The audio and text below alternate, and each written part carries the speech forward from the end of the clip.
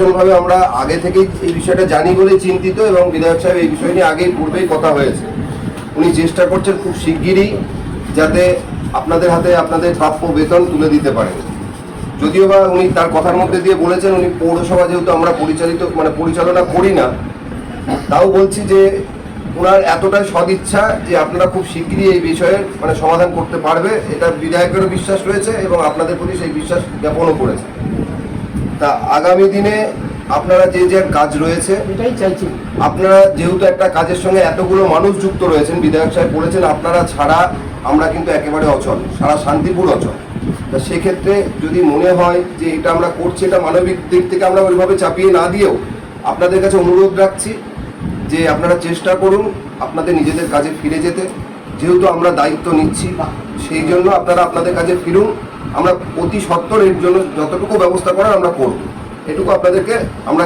শান্তিপুর পৌরসভার সকল অস্থায়ী কর্মচারীবৃন্দ যারা দীর্ঘদিন ধরে পৌরসভা কর্তৃপক্ষ চেয়ারম্যান, ভাইস চেয়ারম্যানকে জানিয়েও তাদের প্রাপ্য বেতন পাননি, আজ তারা বিধায়ক স্বপন কুমার দাসের শরণাপন্ন হয়েছিলেন সন্ধ্যায়। মৌখিকভাবে বিভিন্ন সমস্যা আলোচনা করে বিভিন্ন সমস্যা ধাপে ধাপে তবে বর্তমান বকেয়া মাইনে 1 সপ্তাহের মধ্যে ব্যবস্থা করিয়ে দেওয়ার আশ্বাস দিলেন বিধায়ক। জানালেন বহু অমানবিক ঘটনা, যেখানে মেলা খেলায় টাকা আত্মসাৎ হয়েছে, মানবিক হয়ে পৌরসভার এক কাউন্সিলরকে ঘাটের ইজারা মূল্য কমিয়ে দেওয়া হয়েছে, আর সেখানেই সারা শান্তিপুর পরিষ্কার রাখার দায়িত্ব সামান্য মজুরির বিনিময়ে যারা করছেন তাদের প্রতি অমানবিক আচরণ হয়েছে। বিধায়কের কথায় কাজে ফিরতে রাজি অস্থায়ী বিক্ষুব্ধ সাফাই কর্মীরা। আগামী সোমবার থেকেই তারা কাজে হাত দেবেন জানালেন তারা। এটা আমরা নর্মাল ভাবে যেটা জানি, কিন্তু আমরা কোন ক্যাটাগরির ভেতরে আছি আজও আমরা জানতে পারলাম না। আজকে কেউ 30 বছর কাজ করেছে, কেউ 22 বছর কাজ করেছে, কেউ 15 বছর। আমি নিজে 8 বছর চলছে স্বামী বিবেকানন্দ পার্কে আমি জব করি, ঠিক আছে, কিন্তু আমি 30 দিন কাজ করি, হ্যাঁ, কিন্তু কোনো সময় 25 দিনের বিল পাই, কোনো সময় রবিবারের বিলগুলো আমরা পাই না, কিন্তু রবিবারেও আমরা কিন্তু কাজ করি। আপনার নাম বলুন তো। রবিবারে কাজ করিয়ে পয়সা দেওয়া হয় না? রবিবারের বিলটা আমরা পাই না। নাম বলুন না। মিঠুন দেবনাথ। মিঠুন, হ্যাঁ, বিবেকানন্দ উদ্যান। ঠিক আছে, একটা কেস মিঠুন দেবনাথ, বিবেকানন্দ উদ্যান পাবেন। বিবেকানন্দ উদ্যান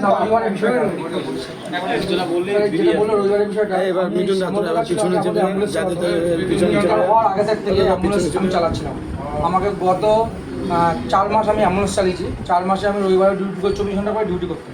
মানে 24 ঘন্টা করে ডিউটি করে 24 ঘন্টা ছুটি দেয়, কিন্তু সবার ডিউটি হচ্ছিল 8 ঘন্টা করে। সেখানে আমার 24 ঘন্টা করে ডিউটি করলে আমাদের ডিউটি হচ্ছে মাসে 45 দিন ডিউটি হচ্ছে, কিন্তু আমার ওই 45 এক্সট্রা যে 15 দিন সেটারও পয়সা পাইনি, প্লাস রবিবারের বিলগুলো পাইনি। ঠিক আছে, আমরা এই কেস দেখছি।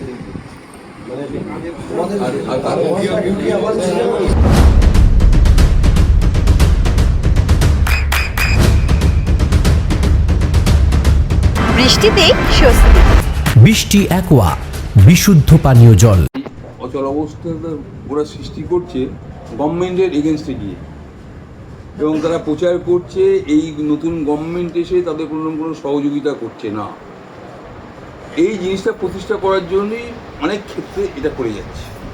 এটা অত্যন্ত দুঃখজনক ঘটনা যে একটা কর্মচারী কাজ করবে, সেই লোকটা নোংরা ঘাঁটবে, তার জন্য গ্লাভস থাকবে না, তার জন্য মাস্ক থাকবে না, সে ট্রেনে নেবে কাজ করবে, তার গায়ে যে সমস্ত ময়লা থাকবে তার জন্য একটা সাবান দেবে না। এটা বড্ড অমানবিক। এটা আমরা বা কেউই পছন্দ করে না, সুতরাং আমাদের গভর্নমেন্ট তো পছন্দ করবেই না। এটা হচ্ছে সম্পূর্ণটাই এরকম করার জন্য করছে। তারপরে দেখুন মিউনিসিপ্যালিটি কে ঘাট নিয়েছে, কোন মানবিক কারণে তাকে 1,30,00,000 টাকা ছাড় দিচ্ছে। কোন মেলাতে শুরু করছে, সেই মেলাতে 40-50 লাখ টাকা তাদের বাজেটের মধ্যে নিয়ে ফেলছে।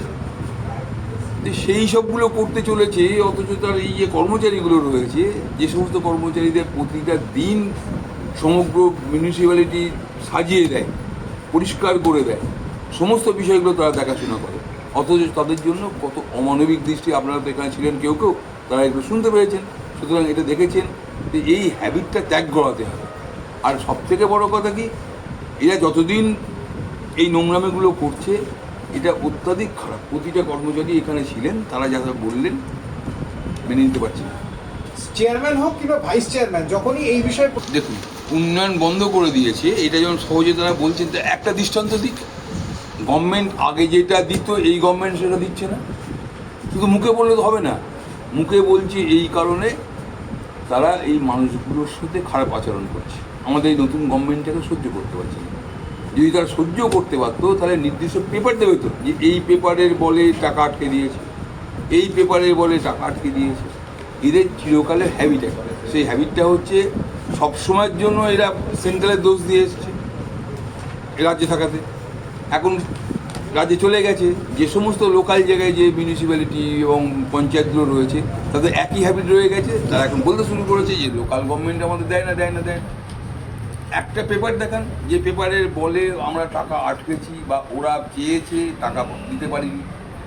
শুধু মুখে বললে হয় না, মুখে হচ্ছে এই পাবলিক খেপানোর জন্য বলা, বাস্তব এটা না। আরেকটা প্রশ্ন রাখবো, হাঁটা চলাটা করুন, নিকাশিও তো খারাপ। করলেই বুঝতে পারবেন নিকাশির অবস্থায় একই রকম। তো সেই জায়গায় উন্নয়ন কোথায় করবে? টাকাটা নিশ্চয়ই খরচা হয়েছে, তা নাহলে এই কর্মচারীগুলো বলবে কেন? যাতে ব্যবস্থা করা যায়। সরকার পরিবর্তন হওয়ার পর আমরা দেখে নিচ্ছি। কোনো হিসাব নেই, কি বলবো? আপনিই তো প্রথম খবর নিয়ে এসেছেন, কোনো কিছু জানাতে পারবেও না।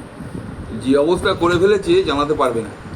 যে অবস্থায় জলের পাইপ বা আনুষঙ্গিক কাজ যা করেছেন সেই ব্যবসায়ীগুলো তদন্ত হচ্ছে। একটু অপেক্ষা করুন, দেখুন কোন জায়গায় পৌঁছে।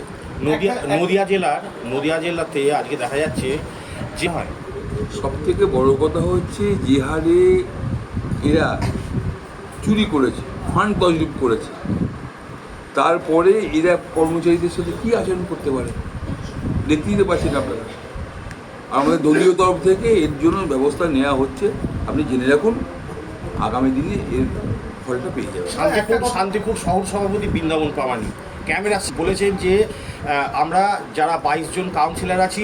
আর এই প্রশ্নের উত্তরটা দিতে পারছি না এই কারণে এদের কোনো কথা ঠিক থেকেছে আজ পর্যন্ত। খুব শিগগিরই ধাক্কাটা আসছে, একটু অপেক্ষা করুন।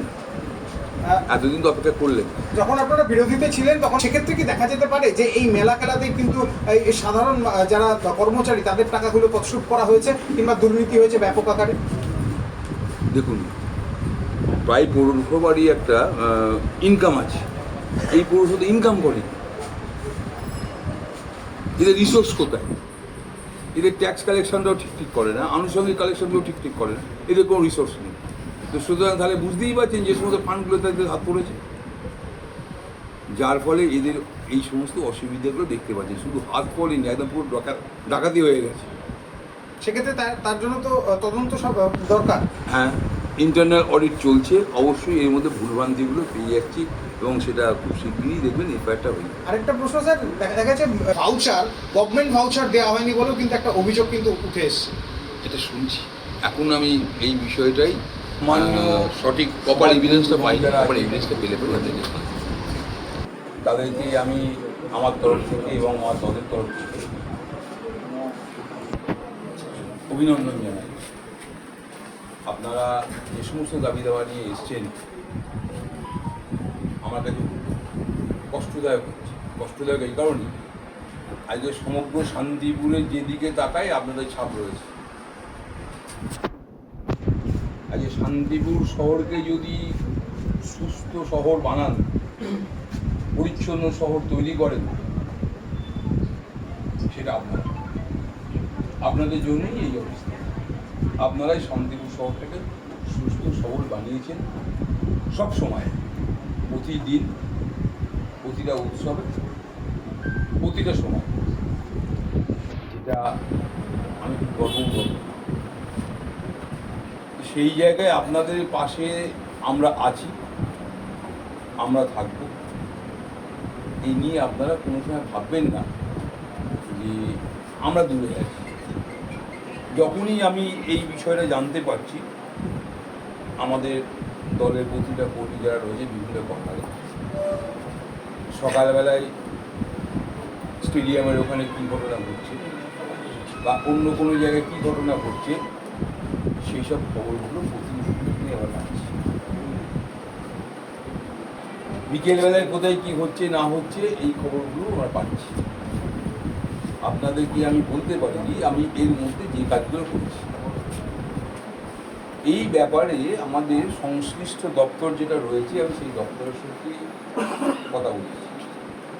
প্রথম কথাটাই হচ্ছে যারা কাজ করছে তাদের নির্দিষ্ট সময়ে তারা যেন বেতনটা পান। আমাদের নতুন গভর্নমেন্ট কিন্তু কোনো ব্যাপারে কোনো কিছু বিষয়ে কারুর বেতন কোনো জায়গায় আটকে রাখেননি। যেখানকার যা টাকা, আমাদের গভর্নমেন্টের উদ্দেশ্যটা ছিল যে তোমরা যেই জায়গায় যেটা খরচা করছো একটু জানিয়ে দিও। মিউনিসিপ্যালিটি হয়তো সেটা এখনো করে উঠতে পারিনি, মিউনিসিপ্যালিটি চেষ্টা করছে, যার জন্যই এই ভ্যাকুম পিরিয়ডটা সৃষ্টি হয়েছে। তোমাদের এই যে রয়েছে ও কিন্তু প্রতি মুহূর্তে মানে আমাকে ছোটোবেলা থেকে আমি ওকে দেখি, ও আমাকে দেখে, ও প্রতি মুহূর্তে দাদা বলে কাছে এসে বলতে চায় যে আমাদের এই অবস্থাগুলো রয়েছে। যখনই লাইব্রেরিতে যায়, যখনই রাস্তায় দেখা হয়, এই কিছুদিন আগে অন্যনায় যে সমস্ত অসুবিধাগুলো করেছিলাম, ওই এসে বলেছে এটাই নাও, এটা নাও, এই জিনিসগুলোকে নাও, কাজে রেখেছে, এই জিনিসগুলোকে যদি কাজে লাগানো যায় তাহলে আমাদের এই অন্নপূর্ণা যোজনায় আরও সুবিধা হবে, মা বোনেরা পয়সাটা পাবে। আমরা চেষ্টা করছি, যতটুকু জানছি আমরা এখনও মিউনিসিপ্যালিটির মধ্যে কোনো এন্ট্রি আমাদের নেই, কিন্তু না থাকলেও আমরা কিন্তু বিশেষ করে কর্মচারী তারপরে এই বন্ধুদের দিকে তাকিয়ে প্রতি মুহূর্তে আমরা এই চেষ্টাগুলো করে যাচ্ছি, যেটা আপনারা এতদিন বলেননি, কিন্তু তার আগে থেকেই আমরা এই চেষ্টাটা করছি। বিশেষ করে আমাদের এই 2 মাস্টারমশাই রয়েছে, এই 2 মাস্টারমশাইয়ের ওপরেই সমগ্র মিউনিসিপ্যালিটির বিষয়টা দায়িত্বে আছে। কখন কোথায় কী কাজ করছে বা কোথায় কী হচ্ছে, কোন বিষয়টাকে এগুলো ভালো হবে, কোন কর্মচারী বন্ধুর কী অবস্থা দাঁড়িয়ে আছে, আর কোথায় শরীর খারাপ ইত্যাদিগুলো এই মাস্টারমশাই প্রতিটা মুহূর্তে নজর রাখেন এবং প্রতিটা মুহূর্তে আমাদের রাতে এসে আলোচনাগুলো হয়। ওই ইউনিটটা বসে যাচ্ছে, ওই ইউনিটটাকে তুলতে পারলে মিউনিসিপ্যালিটি এগোবে। সকালবেলায় এই ইউনিটটা বসে গেছে, এই ইউনিটটাকে যদি আমরা চাঙ্গা করতে পারি তাহলে আমাদের পরিচ্ছন্নতা বজায় থাকবে। মানে এটা আমাদের প্রতিদিনের বিষয়বস্তু, সেই সঙ্গে বিষয়বস্তু যত তাড়াতাড়ি সম্ভব এই বিষয়টা করা। আমি বললাম সংশ্লিষ্ট দপ্তরের সাথে কথা বলেছি, আগামী সোমবার আমি আবার এই দপ্তরকে গিয়ে বলবো কেন নির্দিষ্ট সময়ে এটা পাইনি। আমাদের যা ক্ষমতা সাধ্যমতো সমস্ত ধরনের চেষ্টা আপনাদের জন্য চলছে, চলবে।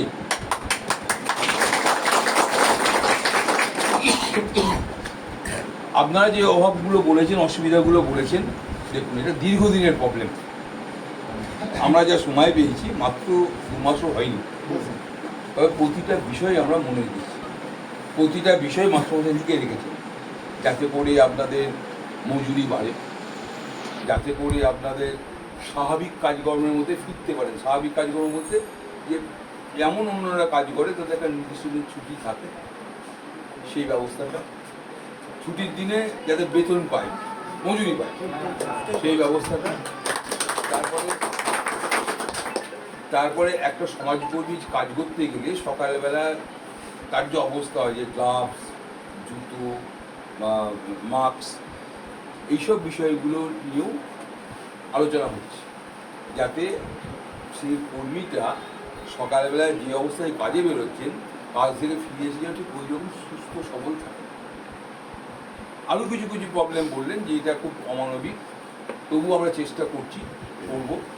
অমানবিক বলতে আমি এটাই বলতে চাইছি, এই কাজ করার পর তাদেরকে একটা সাবান দেবেন না, এটা এই যে বর্ষায় স্যার আমি আপনার ব্যাপারটা আমি জানি কষ্ট আপনার হয়, কষ্ট আপনার নয় সকলের, সেই সঙ্গে কষ্টটা আমাদের এবং লজ্জার এই কারণে বলি, আমরা যারা দায়িত্বে আছি, আপনারা প্রথম কাজটা করেন আমাদের জন্য, আমাদের নির্দেশে কাজ করেন, এবং সেই কাজটা সমাজের সম্পূর্ণ মানুষ উপকৃত হয়।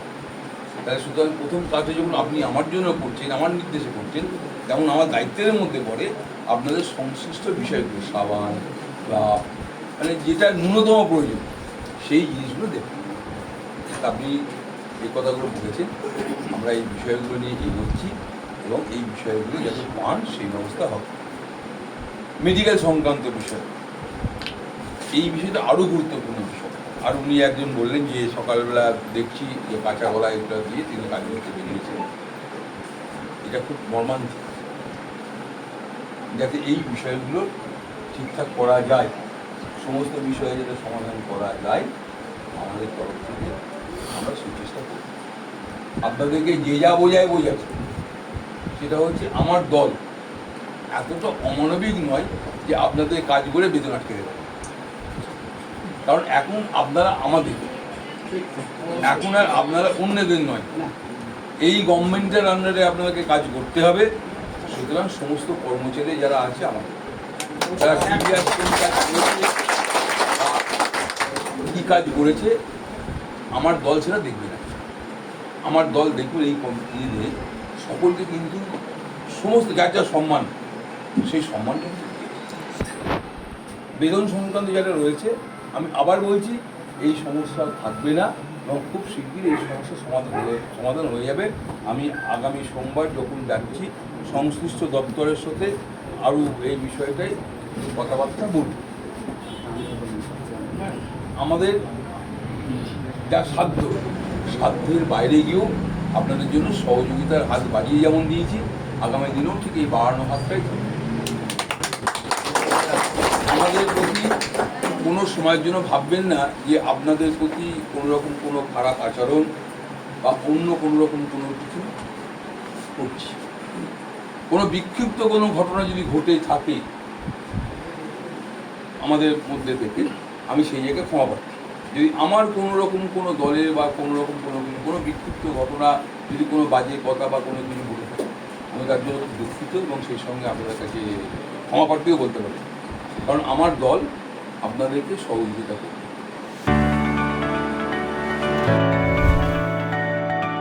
চোখের যত্নে এখন আরও আধুনিক এক ঠিকানা, স্বদেশ আই হসপিটাল, চাকদহ। চোখের বিস্তারিত পরীক্ষার জন্য রয়েছে উন্নত জাইস ডায়াগনস্টিক প্রযুক্তি। নির্ভুল পরীক্ষার জন্য রয়েছে আধুনিক ব্যবস্থা, পরীক্ষা থেকে চিকিৎসা ও উন্নত পরিকাঠামো। আপনার দৃষ্টির যত্নে স্বদেশ আই হসপিটাল। আমাদের ঠিকানা সুখসাগর রোড, চাকদহ, নদিয়া।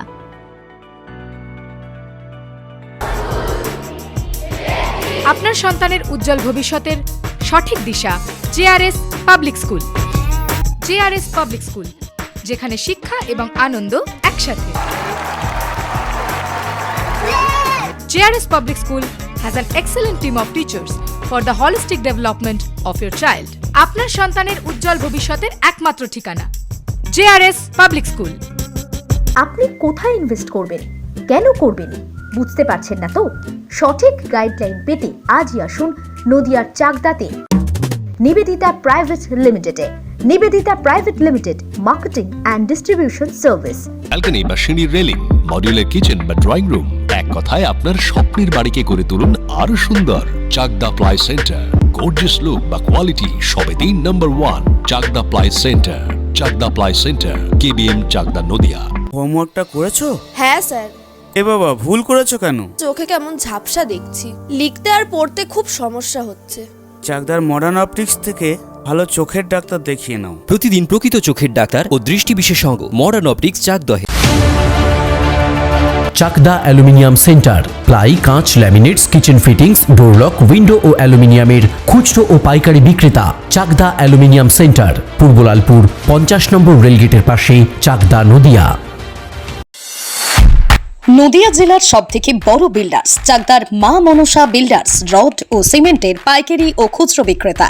মা মনসা বিল্ডার্স, পদ্মবিলা, চাকদা, নদিয়া। রুম রে মাত্র 1500 টাকা থেকে স্টার, খাওয়া দাওয়া রিজনেবল প্রাইস। নদিয়ার একমাত্র 3 স্টার ক্যাটাগরি হোটেল এনবি সোনার বাংলা হোটেল, কল্যাণী এইমসের ঠিক উল্টো দিকে, কল্যাণী, নদিয়া। নদিয়ার একমাত্র অথরাইজড ডিস্ট্রিবিউটর ঘোষ কমিউনিকেশন, থানার মোড়, চাকদা,